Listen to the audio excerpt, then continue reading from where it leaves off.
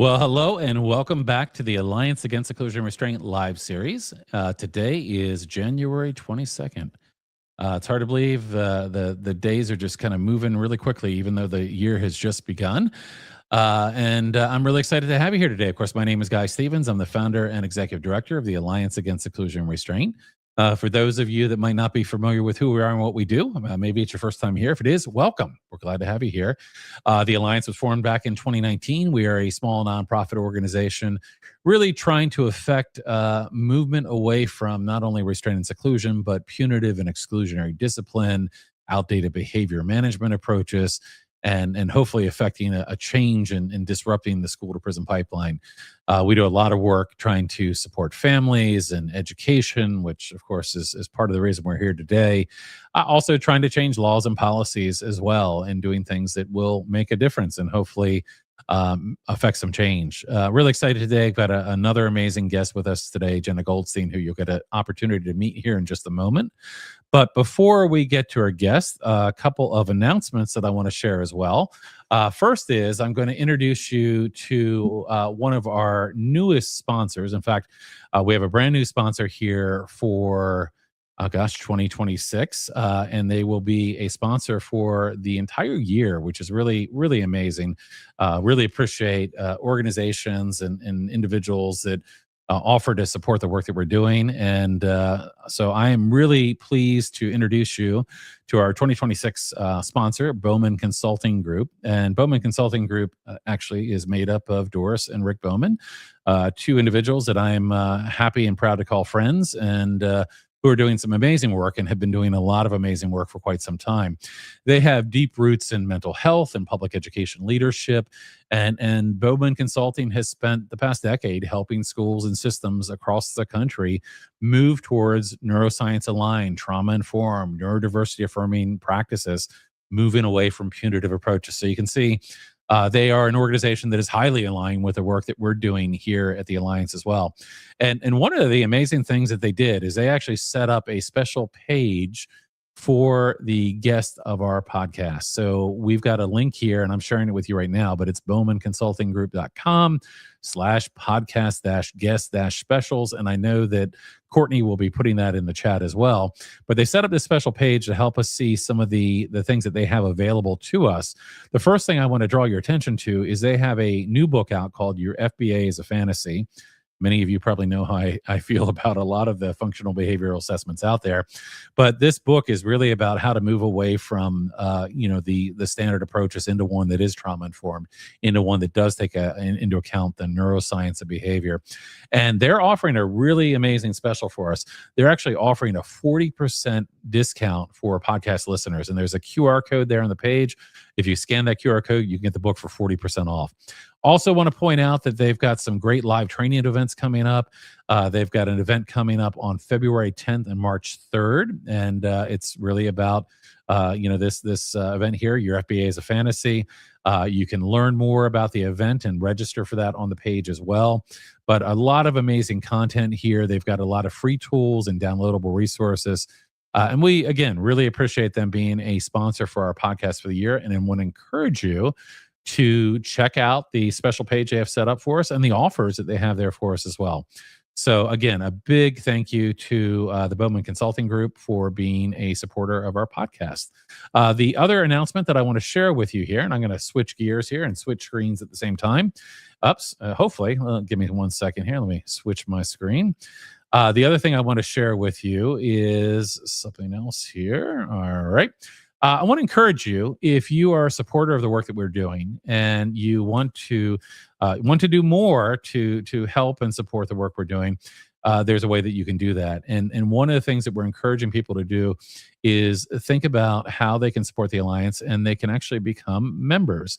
If you're interested in becoming a member of the Alliance Against Seclusion and Restraint, that makes you a monthly donor, and it offers some benefits as well. But if you go to our website and you navigate to Take Action, because that's what this is all about, and hit Join the Alliance, you can learn about being a member of the Alliance Against Seclusion and Restraint. And we have a lot of different memberships. They start at about $5 a month. We are a very small nonprofit. We are not large and well-funded. We are a small nonprofit. Part of what funds us are small donations from individuals. But you can become a member for as little as $5 a month. And of course, there's various levels as well, including sponsorships like the sponsor you just met. And when you become a member, one of the things that I've been doing, and I really actually enjoy doing, is I like to send all of our new members a thank you letter. So I send out a thank you letter. And along with that letter, I send out some special things like Alliance stickers for your laptop. And this is one of my favorites. We have our 5 principles sticker, which, if you look at, says trauma informed, neuroscience aligned, neurodiversity affirming, relationship driven, and collaborative. Also have this really cool little door hang that we include, which you can hang on a door. Says, this is not a seclusion room. This is a co-regulation room.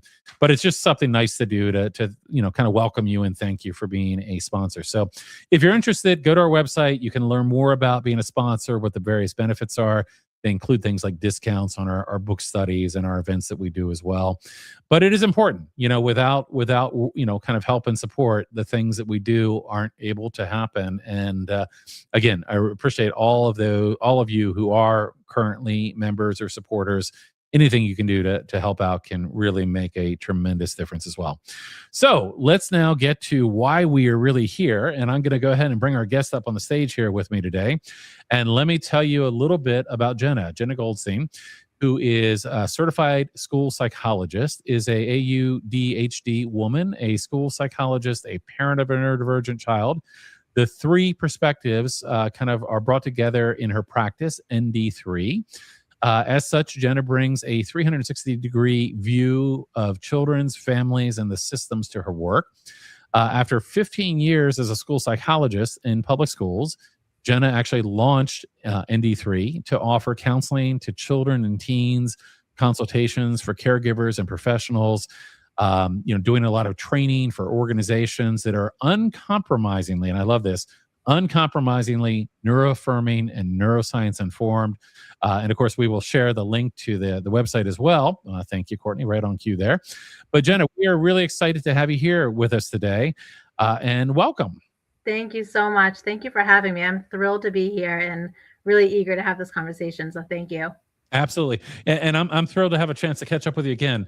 The funny thing is when we book the podcast, we book about 12 months in advance. And it's just because, as Courtney will tell you, every time I run into somebody, I'm like, oh, we need to have them on the podcast. Like, you realize we've already booked out the next 12 months. I'm like, yeah, but let's go ahead and get them on. It's been quite some time from the time you and I had an initial conversation. Of course, I met you initially because I had met your husband who was doing some related work and had interest in the work that we were doing, and then told me about the work you've been doing and about your career. And we had an opportunity to catch up. And then, of course, I'm like, oh, well, you should be on the podcast sometime. So I know it's been a while since we had that initial conversation, but I'm really delighted to have you here with me today. And delighted to be able to share you and the work that you're doing with our listeners and our guests. I do want to pause before we get too far and say something I usually say sooner, but I just got out of sequence for whatever reason. People, if you are watching us live, and I know there's a number of people that are already on live, if you're watching us live, let us know in the chat on whatever platform you're on, who you are, where you're from, why you're interested. You can let us know anything you want. It's always, to me, a lot of fun to see who's joining us, where they're joining us from. I think I told you as we were preparing for the show that we often get people from all over the world that will join in. And it's common enough that, like, I know some of the time zones that I probably shouldn't know, that, right now in New Zealand and parts of Australia, it's probably around, 7 a.m. on Friday morning. So you begin to get to learn that. So again, if you're watching live, please let us know in the comments who you are, where you're from. I see one person already got ahead of me with the queue, and I'd missed it. Neurodivergent by nature, and I know that happens to be Pam. So excited to be here from the beautiful west coast of Canada. And Pam does some amazing work in this space as well. So great to have you here. And I will look for others. Yeah, and Pam actually asked any chance of a discount for Canadian. So I'm assuming that link was not working for you. If it wasn't, Pam, shoot me an email. You know where to reach me, and I'll see what I can do for you. Certainly want to make sure that we can get a discount for our friends in Canada. Sarah Johnson Wall here from Rochester, New York, as well, and volunteer at the Alliance also. Great to have you join us. So let's go ahead and just kind of dive into a conversation. And I want to begin.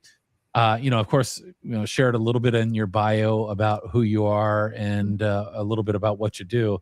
And I know we talked kind of in the time prior to the show here, prior to going live, about some of the things we might want to discuss in this conversation. And we'll probably get to topics, talking about schools and your experience there. But let's start out with, kind of who you are and how you arrived at where you are today, Mhm. meaning that you spent a number of years working in schools as a school psychologist.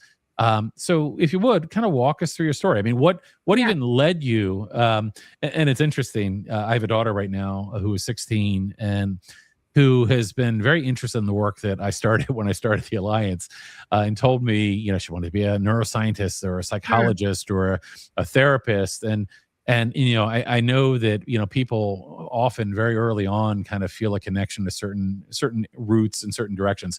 So why don't Mhm. you tell us a little bit about kind of your early roots and what got you heading into the world of school psychology, and then we can kind of go from there. Sure.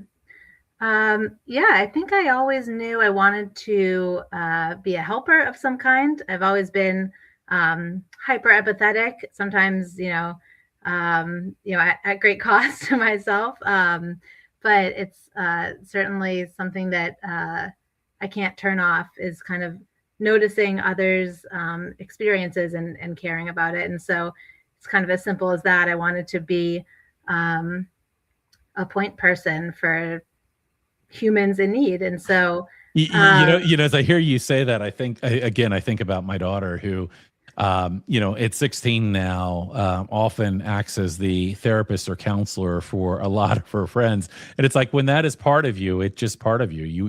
right, You're there and you're, connected and, wanting to help. So, right. it very much resonates with me what you're saying. So I'm sorry, I didn't mean to interrupt, but Not at all. I love No. that. Yeah, no, that definitely resonates with me. Thinking about myself as a younger person. Um, and so, yeah, I got interested in schools as a setting for being that kind of a helper person, because I think um, children and young people have always been so compelling to me as uh, people who have fresh and less kind of biased perspectives on the world. And there's an earnestness and authenticity that's always drawn me to young people and to children. And so I've always loved to work with and support children. So school psychology just kind of blended my interests and inclinations in that way. And so I spent about 15 years in the schools as a school psychologist. But I guess it's really that same hyper empathy that drove me towards it, that then drove me out of the schools. And what I mean by that is that it kind of became untenable to me, as someone who was increasingly seeing more clearly the injustice that was happening, often by very well-intended people, but for neurodivergent and disabled kids and families who are just really increasingly being poorly served and in many cases harmed by our public schools. And so creating change from within was what kept me as long, or the hope of creating change from within was what kept me as long as I stayed. But ultimately, I wasn't able to make the kind of change that I was so determined to. And so I felt, yeah. Yeah. Let me drill into that a little bit, and Hmm. I think it's really interesting that I found a recurrent theme with some of the people that I've gotten to know and respect and think very highly of, and that is often they entered into systems or into roles with expectations and ideas around what they would do, only Mhm. to find that the system was not fully aligned, or that sometimes the system was, and I'm going to say broken, but even though well intended. And I'm just kind of curious from your perspective, and I'm not looking at you to call anyone out per se, but I'm just, what do you think, in your time as a school psychologist, what did you see that concerned you? Because that's where it begins, right? And I know what it's like to be in a system that's not working and want to change it. Mhm. And sometimes we're able to. Sometimes we're able to change things within, but sometimes you can't. Sometimes there's a better place by going on the outside and questioning things and doing other things. But if you would just share a little bit with me about kind of throughout your career where you began to notice that this wasn't working the way that you might have envisioned or hoped it was working. Yeah, I think it was when I was trying to have what I thought were really urgent and critical conversations about the things that weren't working.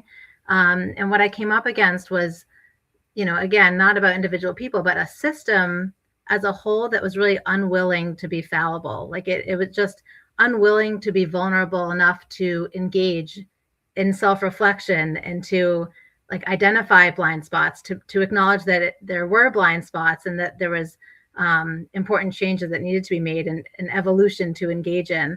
Mm, Um, I found this kind of doubling down mm. on the status quo. Right, right. On very often the things that are not working, and Right. you kind of mentioned that the blind spots, and one of the things that I've seen really pretty frequently is that there's a tremendous blind spot to school-based trauma. There's a tremendous blind spot to trauma caused in systems of care. Hmm. And I think that part of the reason is that people that are in schools, people that are in systems of care are often there because they want to help, because they and you can begin to realize, you can begin to not be aware that you're in a system that is leading to harm, even though it is, because your intent might be positive and to help.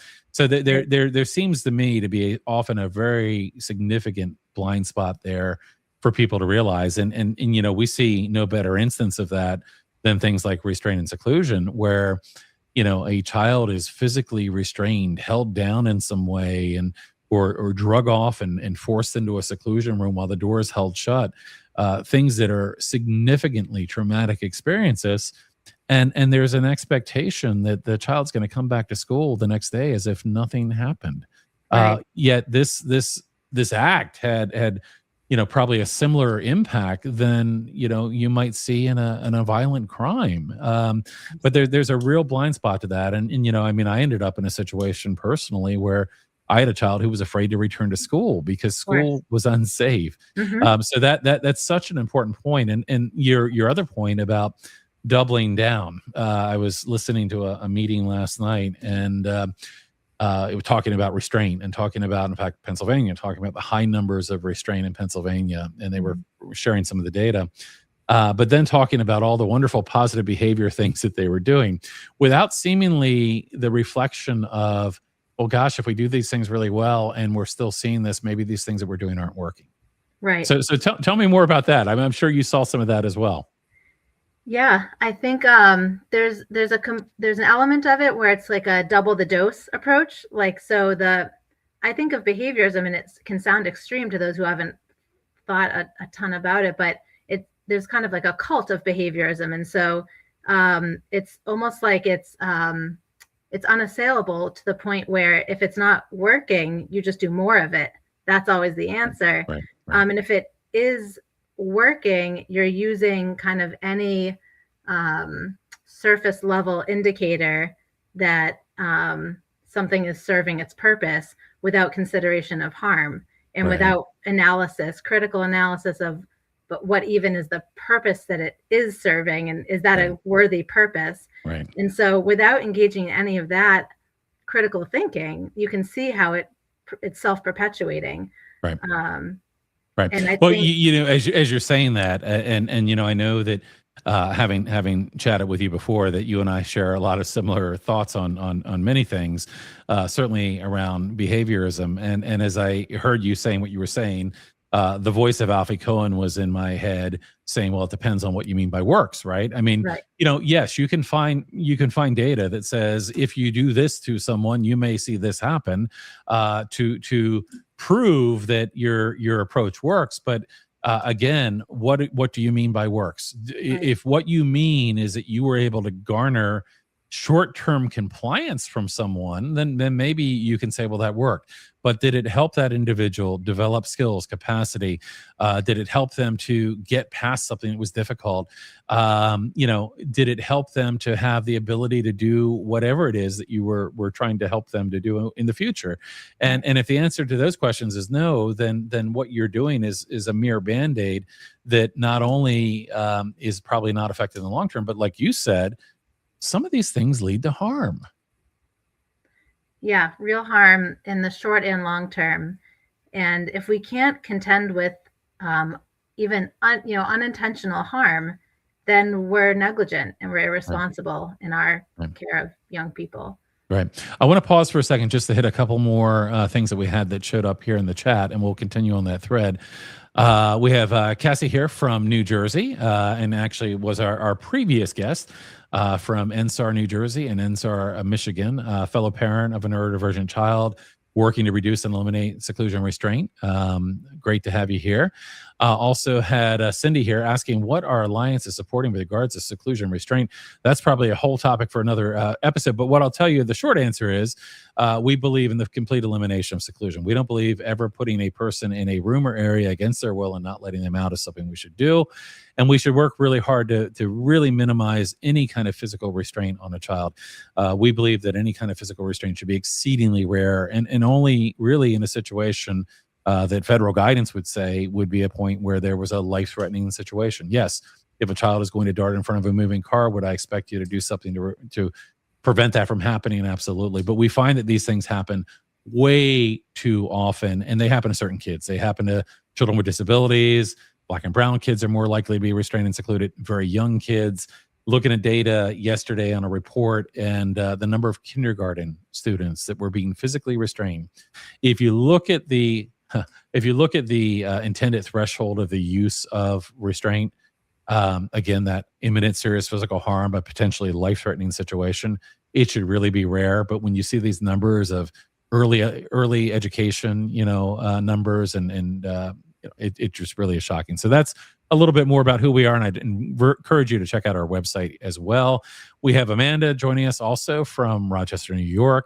Cassie here just jumped in and said, I empathize so much with people on the inside who get it and who are trying so hard to help kids. It's a patient to have the allies in schools, and it's such a difficult place to be. And it really is. What's valuable though is bringing people together. We've been doing a series of book studies recently. In fact, our current one is on Alfie Cohen's book, but we have had a lot of educators that participate in those. And sometimes educators that feel like islands in their school, Mhm. like they're advocating for changes that are neurodiversity affirming and neuroscience aligned, and no one's listening. And Mhm. getting together with like-minded communities can be really helpful for that as well. So just another great comment here.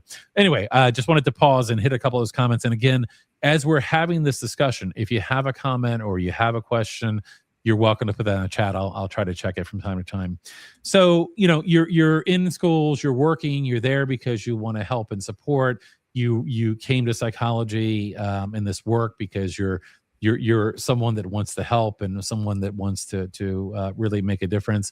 And of course, you've had your own journey through this as well, and we'll touch more on that as we get a little further. But at some point, you begin to realize that this is tough and it's frustrating. And I don't want to put words in your mouth, but why don't you tell me about kind of what happens next? Yeah. So, as my professional journey unfolded on a parallel track to my parenting journey, they started to intersect. And so the clarity I was gaining from my parenting journey was informing my professional journey.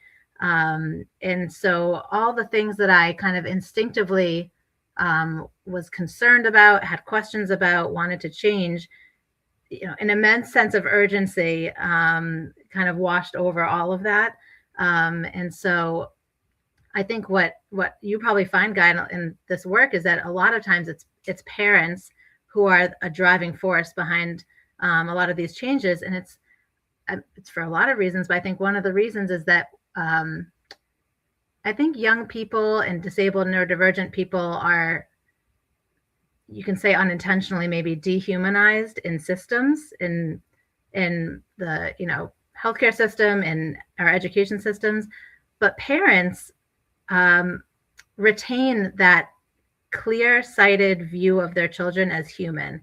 We have that front row seat to their full humanity. We see them in a range of physiological and affective states, and we see them in sickness and in health, and we see them through from infancy in most cases to older. And so I think we have the front row seat and the deep rooted instinct. And well, so it's interesting. I agree with what you're saying, but I also know the challenge there, because as a parent, when you're being told things by professionals, when you're being told things by educators, parents can be gaslit sometimes into believing things about their children and going against their instincts, right? Yes. One of the things I've said many times before, and I believe in very strongly, is that, sometimes, well, I think always, we have to believe in our children, even if no one else does. As you're a parent sitting in an IEP meeting, listening to a team of people tell you things about your child that are really difficult to hear and process, it really is tough. And it's not, while again, I agree with you that there are a lot of parents that are in that mindset, and it's an extremely tough thing to do as well, because, here you're hearing from all of these professionals, things, and many parents are even, kind of pushed down pathways that I would have concern about, and you would probably have concern about, by, professionals, and do things that they might later reflect like, oh gosh, that wasn't the best thing I should have been doing, but that's what we're being told to do. So, while I absolutely agree with what you're saying, it's also a really challenging path, because, there you are walking along the edge of a cliff, and I think there's a lot of pressure and gravity sometimes pulling you over that cliff. No doubt. Yeah, we are not invulnerable to the ableist air we all breathe and the neuronormative kind of forces that come at us from every direction. And I include myself in not being invulnerable to that. And I allowed frameworks and narratives about my children before, and I'm sure still to some extent, before my kind of awakening to this human rights crisis and movement, that now I look back and shudder when I think about. But it's, it starts when we bring our kids to the pediatrician at 1 month old. And it's like, have they hit their benchmarks, their milestones? And so like right away, it's this default human that we're all striving for and comparing against. And anything that deviates from that default or that norm is inherently defective or broken. Right. And rooted in the medical model of disability, we have that. We have a deficit mindset that is prevalent in a lot of our systems of care, and a lot of our a lot of our approaches around all of this, which influences the way that people think. And it's so, I mean, I wish I could reflect and be like, yeah, but it's better now. But some things have changed. And I mean, certainly we're seeing more people moving in some directions that I think are better directions, but that's also fraught with some challenges there as well. Sometimes people become neurodiversity affirming in title, or or looking at it as a marketing term, versus truly understanding what these things mean as well. Right. Yeah, I think until we can fully believe that our young people are not broken, and to the extent that they're struggling, in schools, let's say, for example, like we adults, our systems, we're not meeting their needs. We are broken. We need some remodeling. I think we've kind of fallen into this again, a default, like an accepted view that children are these kind of, a, a pile of pieces that we need to assemble, we need to put Mhm. together, as opposed to these whole humans, already whole. That reminds me a lot of a quote from Lavas, was it, about autistic people essentially Right. being the parts of a people. I mean, it's so horrific, that the thought process behind that. But Hmm. I think there's still a great deal of that happens today. So beginning to realize that the system was not working the way, tell me more about kind of what led you. And I'm sure it was difficult, because I'm sure that there were, despite the fact that it was sometimes feeling like you were running uphill, you could probably point to a lot of cases where the work that you were doing was really making a positive change, and kiddos that probably had your heart. And I'm sure it wasn't easy. But tell us a little bit more about kind of what led you to eventually decide to leave as a school psychologist, and kind of branch off into what you're doing today. Yeah, I certainly such had and have such affection for all of the families and children that I had the privilege of being involved in their lives and being on their team, in their corner. And I felt really fulfilled and really, really good about the work I was able to do, kind of as I saw fit, with Mhm. children and families. Um, but ultimately, it so much of my kind of worldview became, we kind of evolved in different directions and had what I like to call like irreconcilable differences, Mhm. and where we're speaking different languages, and the things that I'm, the sense I make from the things I'm seeing, and my suggestions for what to do accordingly are just wholly incompatible with the sense another worldview is making from those same observable events and what they're suggesting to do. And so, um, it's, the choice became either take a back seat and kind of be complicit, or Can I go out on a limb and just imagine here, and you can tell me. I mean, you can tell me I'm totally off base here, but as you might be, kind of encouraging a different understanding of a child, and what their behavior might mean. I'm guessing that you're in a system that is very focused on compliance, very focused on tracking, and rewards and consequences. I mean, was that kind of what you were running up against? Was kind of that more of the same of, okay, well, we need a different reward, or we need a what would it look like in yeah, practice, what you're running up against? yeah. So it was, all of these really kind of, like we talked about, like traumatic kind of practices for kids, and young people experience trauma, like with a capital T, that people can think of, where they're forcefully secluded, restrained, like we were talking about earlier. Right, right. And young people experience trauma as the accumulation of millions of moments and hours where they're made to be hyper vigilant, Mhm. and or feel shame, or be worried, or afraid, Right, or insecure, or performing, masking their needs and their instinctive responses to those needs. And so I to to stand by and not kind of make sweeping changes that would actually help kids in the immediate tense, right. was not something I was capable of doing. And uh, it's also, when we talk about these harmful practices, I think too about what young people and adults are being robbed of, in place. So we're robbing our young people of the opportunity to cultivate relationships and expand and grow in the context of healthy interpersonal dynamics, where Mhm. it's not quid pro quo, and it's not performance based, and it's not conformity based and compliance based. It's actually like, for the sake of it based, like, and Right, so, right, like, right, because right. humans are actually, healthy humans are wired to be expansive and to connect and to discover and be curious and grow and to cooperate, Right. actually. And so, Right, right. um, And it's not only maybe differences of opinion around things that maybe even more of us might see as harmful. Some of the approaches that become so commonplace, people don't understand the harm of. We talk a lot about, in fact, we published an article a number of years ago by a friend and colleague of mine, Connie Persick. It was called "The Dark Side of Rewards," one of our most read articles historically.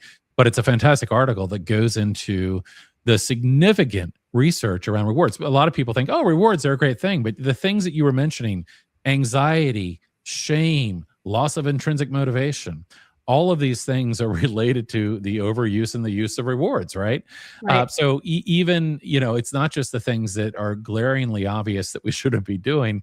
Sometimes it's the things that people have been then led to believe this is the approaches we should be taking. And these things are so common in schools. And again, I was on that call yesterday listening to, how restraint numbers had increased, but they're doing such a great job with their PBIS program. And it's like, you're not connecting these two things. They're Right. not working. We see point and level systems still existing in schools. If Right. you are someone that has experienced significant trauma in your life, and our way of supporting you is to offer you a point and level system, which puts your acceptance on a contingency.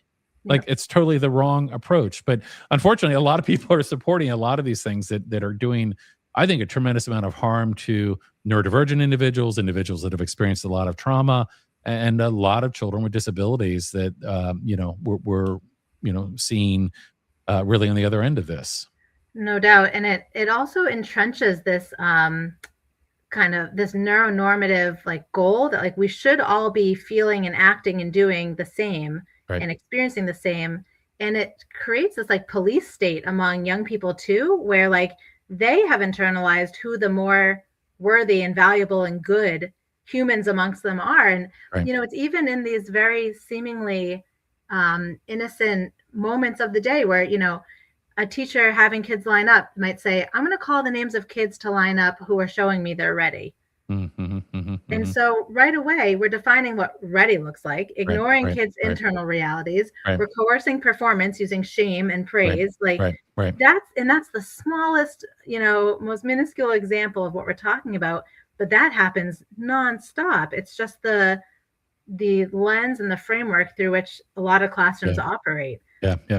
Well, and you mentioned, as regular listeners know, my least favorite word is compliance. I'll keep our PG rating here, and I won't say what I really think about compliance. But our focus on compliance, and of course, we want children to be able to get along together and to know reasonable boundaries and how to how to work with others, and all those things are very important. But so often, what we see, if we look at things like restraint seclusion, how often does what turns into a physical restraint begin with a compliance demand?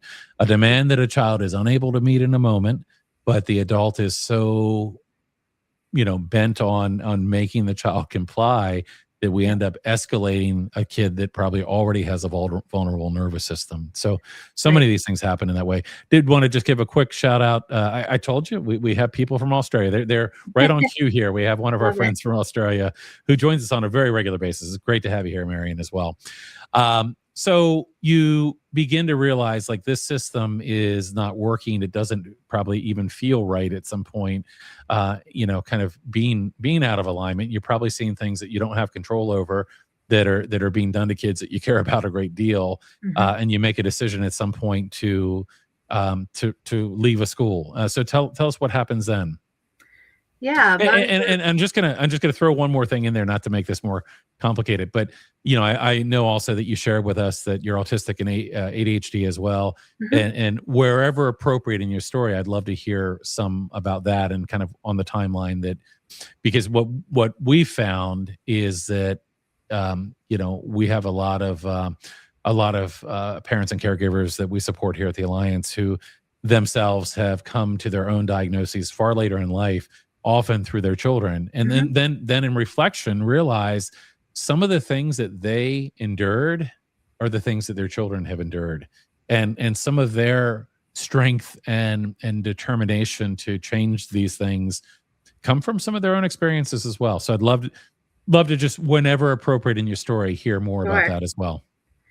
Yeah. So about a year ago, I went out on my own and created ND3, and I wanted there to be a vehicle to support families directly and indirectly through, supporting professionals and organizations too, but to support them in a way that first and foremost did no harm, and also was something that put me in a position to help people in the moment and long term. And so a lot of the work I do is kind of problem solving the here and now of school fit and services and home life, and just kind of daily life stuff. But it's also longer term kind of identity work, helping young people kind of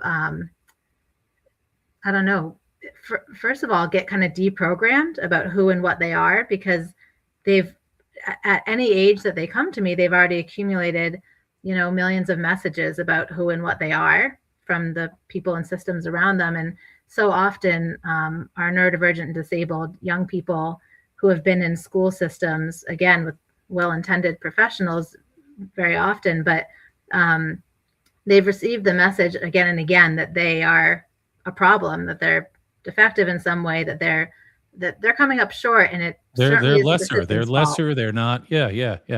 What Right. a horrible message for kids. Right. So it takes a lot of intentional kind of deprogramming and reframing of their experiences to get greater clarity, for one, and then also to heal their kind of self-concept, and to discover what they are, not what they're not, and to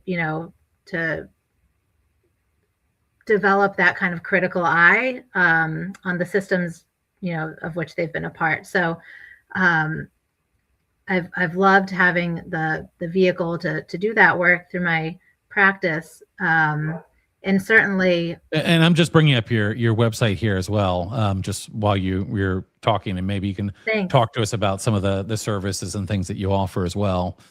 Sure. Yeah.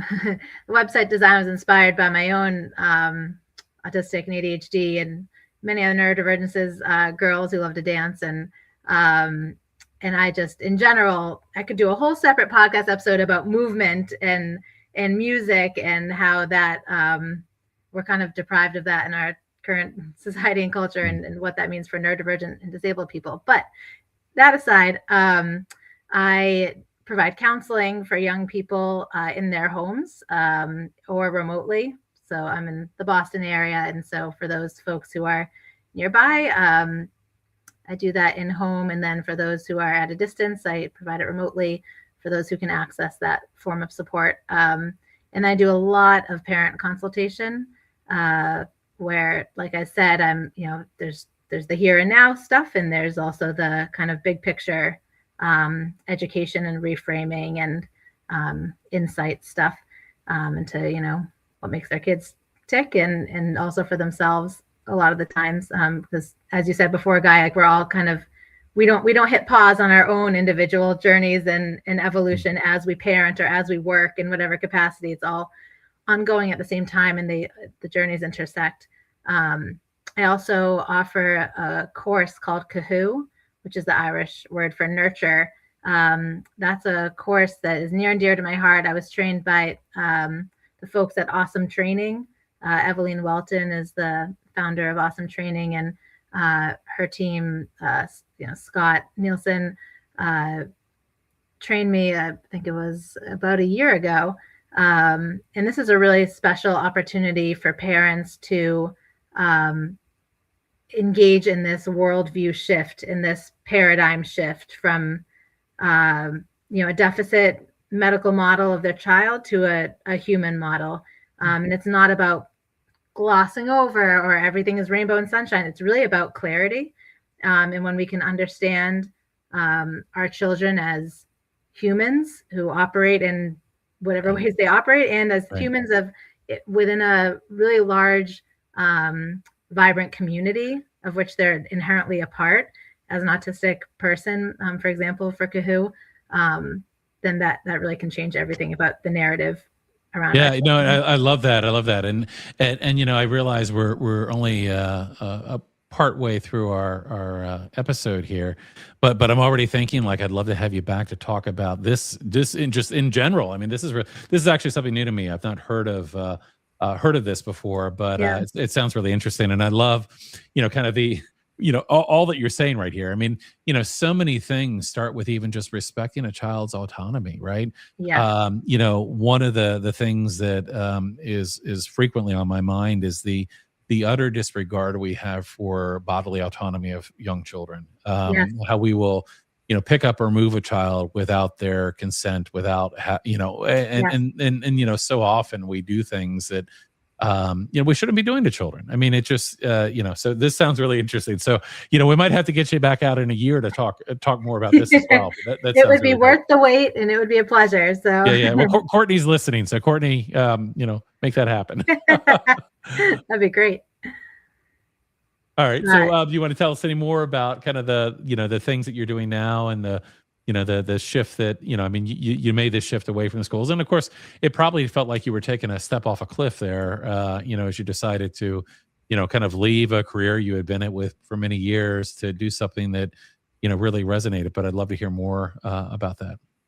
Yeah, yeah. In a sense, it was a leap of faith, but in another sense, it was so necessary as to feel obvious to me. And so it felt right and exciting and restorative, and I'm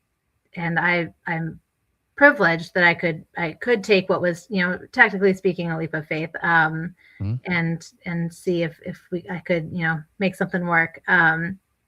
But I think as I've been raising my own children, and trying to cultivate a healthy neurodivergent and disabled identities for each of them, I've been trying to kind of cultivate the same and model the same for myself. And so it's been really important to me to kind of walk the walk as I've been engaging in that daily kind of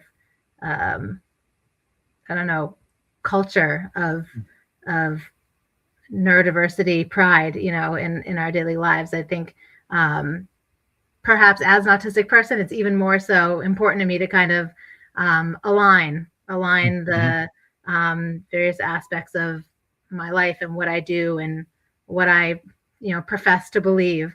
And so, yeah. Would you be comfortable sharing a little bit about your own journey in terms of ADHD and being diagnosed as autistic? What was your journey like? Did that happen earlier in life, later in life? What was that like for you?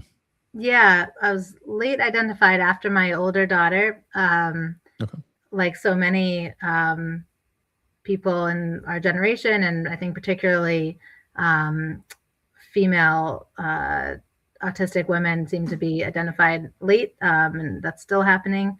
But I learned a lot about what it means to be autistic from my older daughter, from knowing her and loving her, and then learning from her and now our community of autistic humans around the world. And so once I started listening to autistic people who were gracious and generous enough to share about their experiences, I started to learn what it really meant to be autistic. And instead of the medical model and the pathology kind of paradigm of being autistic means you don't do this or you can't do that or you do this or that wrong, I realized it's a way of being human, and some humans are autistic. They're autistically human, and that means that typically they're very, very sensitive people, and they're highly attuned humans, and they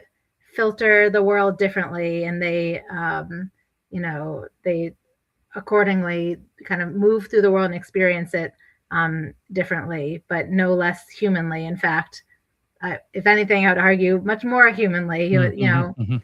Colors of the rainbow that you can't imagine. So, and again, it doesn't mean that being autistic is rainbows and butterflies. It's disabling a lot in a lot of contexts, and for a lot of people, especially if there's co-occurring conditions. And so, again, it's really about clarity and not about positive or negative. And sometimes I cringe, especially in school context where they talk about like we're always strengths based. Like we're always, we always try to center a student's strengths, and they may be this or that, but like let's talk about their strengths. And what the neurodiversity movement in particular has been really clear about is that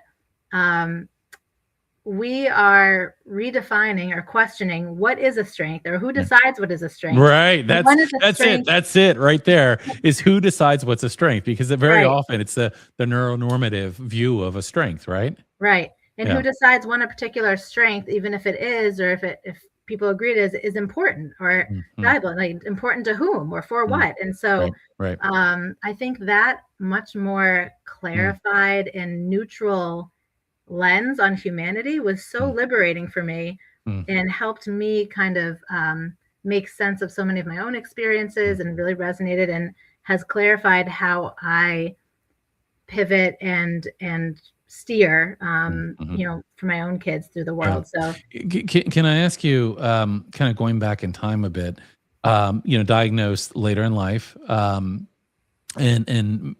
I'm just going to take a leap and say, that to some degree, that meant that you perhaps knew that there were things that were different about you, and didn't have an understanding or support that maybe you needed. I'm going to, I don't want to guess, but I mean, oftentimes that leads to a lot of masking and a lot of, we certainly know that girls and women are often late diagnosed, misdiagnosed, and there's no wonder why. I mean, we recently, as a family, were investigating. My daughter, I think, is neurodivergent. We went through an ADHD evaluation, and the ADHD evaluation, we pivoted now. We're going to be doing a neurodiversity affirming evaluation, but the initial evaluation was a survey instrument that was probably appropriate for determining ADHD in a 6-year-old boy, not a teenage girl. And as a result, we have a lot of people that don't get diagnosed. And certainly there's a lot of high masking, autistic, PDA, ADHD individuals out there that don't get the support. So for you, I mean, did you have your own journey where, I mean, and again, I'm just guessing based on, kind of the experiences of those that I know and love, and that it can be really difficult when you don't know. And when you do, suddenly it provides a little bit of clarity. So did you find that kind of as you were? Yeah, absolutely. Yeah. I mean, we've all been given the wrong tools and the wrong language and the wrong ideas about what each of these words or neurotypes or identities means. And so it's going to be hard to recognize yourself when you're not working with the right, from the right starting point. And so, again, it took me learning from the autistic community to learn what it means to be autistic. And then it was like, oh, well, I could have figured that out in 3 seconds, like someone would describe some very, very random kind of life experience of what it's like for them, having a ceiling fan on. And I would be like, that's so me. Like, and so, without oversimplifying it too much, I think there's a culture and there's so much shared experience amongst autistic people that we're just, in recent years have been able to actually have a platform to share and connect through. And now we have, non-speaking people who actually have more reliable access to communication so that, we can understand more walks of life and more perspectives, and we can connect, and there's so much more in common between us. And unfortunately, there's a tremendous amount of progress that still needs to be made there. I mean, we see all the time, non-speaking autistic individuals who are, stuck in systems that aren't providing robust access to communication modalities, that aren't, and that have very low expectations, that are not supporting the potential of individuals. And it's heartbreaking. It's heartbreaking to know that despite all the things that we know, that we're still not doing better in so many different environments. Right. And we've somehow societally, we have allowed and perpetuated segregation, beginning at age 3 when they enter the public school system, or in many ways before then. And we have allowed that unquestioningly in many cases to go on for disabled and neurodivergent kids, even Mm-hmm. even as we acknowledge that it can't inherently be equitable. Right, right. You know, I think you've. I'm going to guess, but I may be wrong. Have you seen the film "It's Not About Me"? The story of Jordan Mhm. Zimmerman. Okay, you know, I always recommend that to people. Courtney, if you can find the link and put it in the chat, it'd be great. But you know, it's a film about Jordan Zimmerman as a non-speaking autistic individual, like segregated early on, had low expectations, no access to communication, you know, and eventually, you know, Jordan gets access to robust, you know, AAC and communication, and just blossoms, and you know, goes to college, goes to grad school. Now today does work with a number of different organizations like Communication First and others, and you know, it's an important story because there are so many others that are maybe in the place that Jordan was before Jordan got the right supports that were necessary, and seen as the human being that she is. Yeah. And I think it's important. I mean, I always encourage people to take the time and watch that, and really understand, because we have so many young autistic people that are non-speaking that are still kind of stuck in an area like this.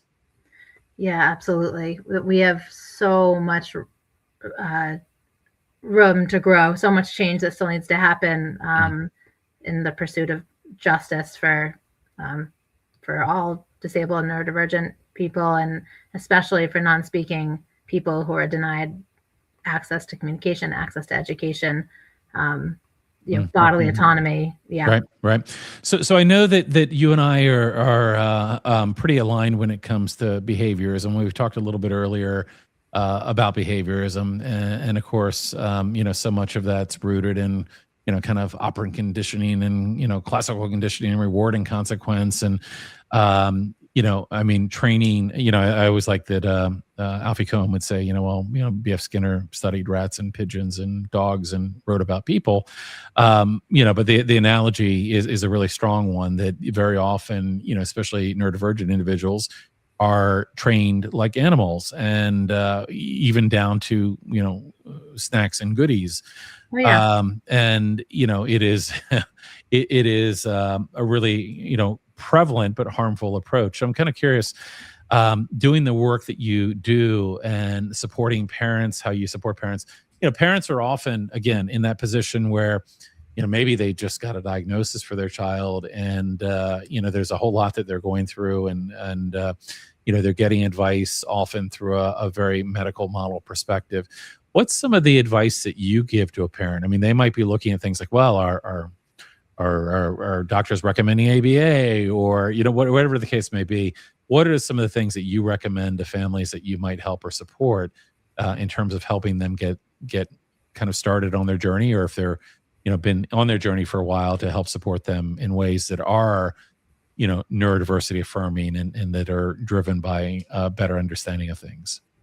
Yeah, I think just like recentering in this human rights approach Okay. of like, what are my child's human rights and how are they being upheld or potentially violated in different contexts? Again, it can be unintentionally, but doing a And those human rights should be there regardless of disability, regardless of individual differences.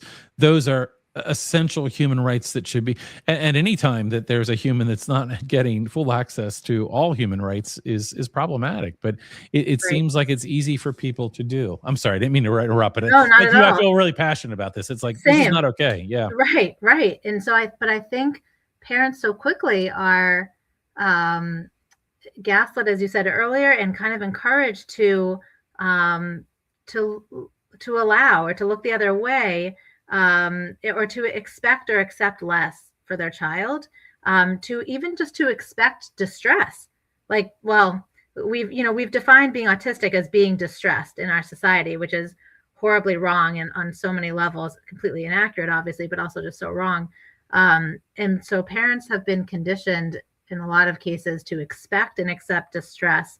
And so, first and foremost, let's do kind of an audit of the various kind of conditions that they're being subjected to, and let's decide if these are acceptable and actually helpful, and let's discern whether they're harmful, and then let's make immediate change to the extent we can, how we can.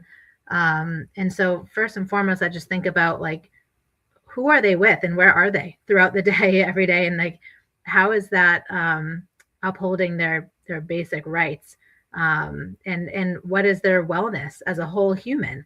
If they're spending a lot of their time of their life recovering from environments, like, that's not acceptable. And I know that no parent would be like, yeah, I'm really happy about that. But I feel for parents, and I've been a parent who is told essentially to expect that and to accept it, and to just wait longer and to just keep it going longer. And so I try to bring that rights-based focus, and that sense of urgency, to kind of restoring children's rights, I suppose. Mm-hmm. And that, and there's specific kind of questions and lenses. I know from Evelyn Welton, the founder of Awesome Training, who I trained with, who I have learned so much from, in addition to many, many other people. But one of her tools, called the social audit, asks, do adults in your child's environment validate what they share in whatever mode they share about their experience? Are there alternative modes of communication and for social engagement besides speaking? Is no accepted? Is no an accepted response? Do adults think about how children might interpret what they say or do? Are adults curious about the stressors or triggers that might be present in the environment? They might be contributed. So there's a lot of kind of specific considerations that we can engage with to determine how fit an environment is for a child.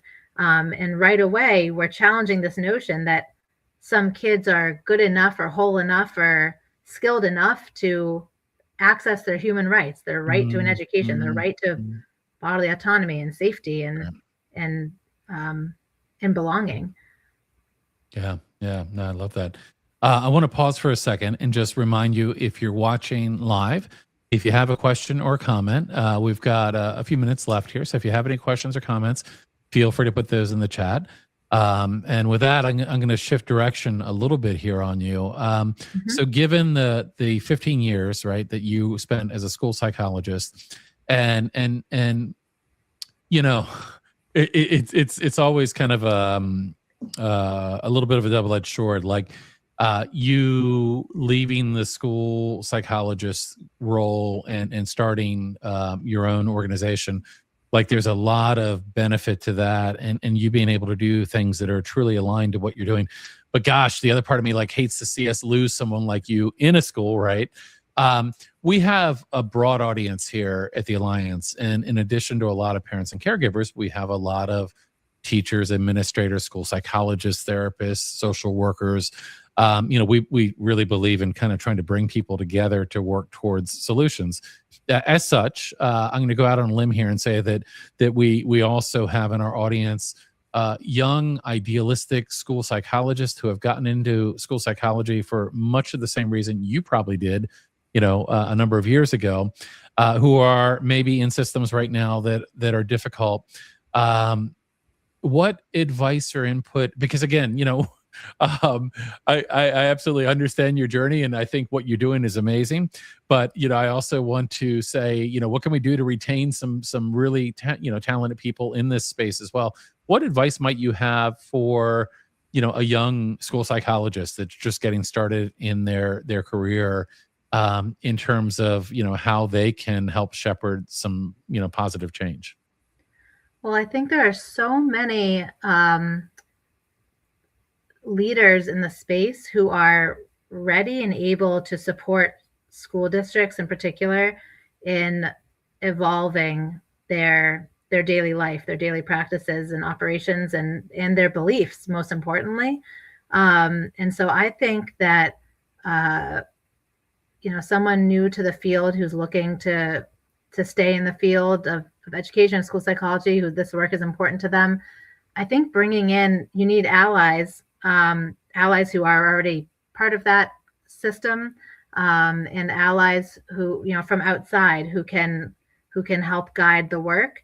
And I think about, I know Dr. Lori Desautel is a friend of the Alliance, and her work is extraordinary. And I love, she recently shared her MTSS framework for adults, that the idea of like a multi-tiered system of support. So you're working with, for those who aren't familiar with that term, MTSS, just the idea of supporting with at different levels or different varying degrees of intensity. So like whole large groups and small groups and individually, but the idea being that we can support adults, staff, to identify their implicit biases and develop their nervous system literacy and see their students more clearly, and stay engaged with their own personal nervous system needs throughout the day, and in general, and to develop that more compassionate and informed view of their students and of themselves. We can make that change happen, and it will trickle down tenfold to students and their experiences and how students are approached and supported. So I think change certainly is possible, and it's happening in sometimes small ways, and some places in big ways. Yeah. I know whole districts that have signed on to partner with these professionals and organizations who are bringing in this kind of professional development, and in some cases curricula for students to learn about their nervous systems and about neurodiversity and disabilities, and just their shared humanity with one another. And so it is certainly possible. Yeah. Well, I think another thing is, and we talked about this a little bit earlier, but even if they're not in your school, find your people, right? If there are other people that are aligned with you, I mean, that's why like joining one of our educator book studies and running into other teachers or school psychologists, whoever it may be, not only is it validating to find other people that think like you, but you can really, share and learn and figure out, how people bring about change wherever they might be. You mentioned Lori's work, and I'm a big proponent for, I've been a big, fan of Lori's for a long time. We've known each other for probably 6 years now. I speak every year to the cohorts that she has that goes through her program. And the work that Lori does is amazing. Think about that graduate. It's a 10 credit graduate program in applied educational neuroscience. Every year I get an opportunity for 2 nights to come and speak to her cohorts. And I've met, in fact, I don't even know how many of our volunteers have been through that program or are in that program right now. It's a great program. So, do something like that where you're likely to find other people that are aligned with what you're thinking and on the same journey, because again, it can be really isolating when you're just out at a school district kind of by yourself and nobody else seems, or find the other person in your district or in your school that thinks like you. Host the book study, whatever it may be. These things can spread. I mean, we did an event last year called Beyond Behaviorism. It was a virtual conference, and we had school teams that were buying it and getting it for a number of different staff people. Find people and then try to bring other people along. Right, that's part of it. Absolutely. And I really think that although it's not easy to change hearts and minds and approaches. So much of what makes sense is on our side here if we can get people to listen and get people to listen to the most important voice here, which is not mine. It's the voice of lived experience, right?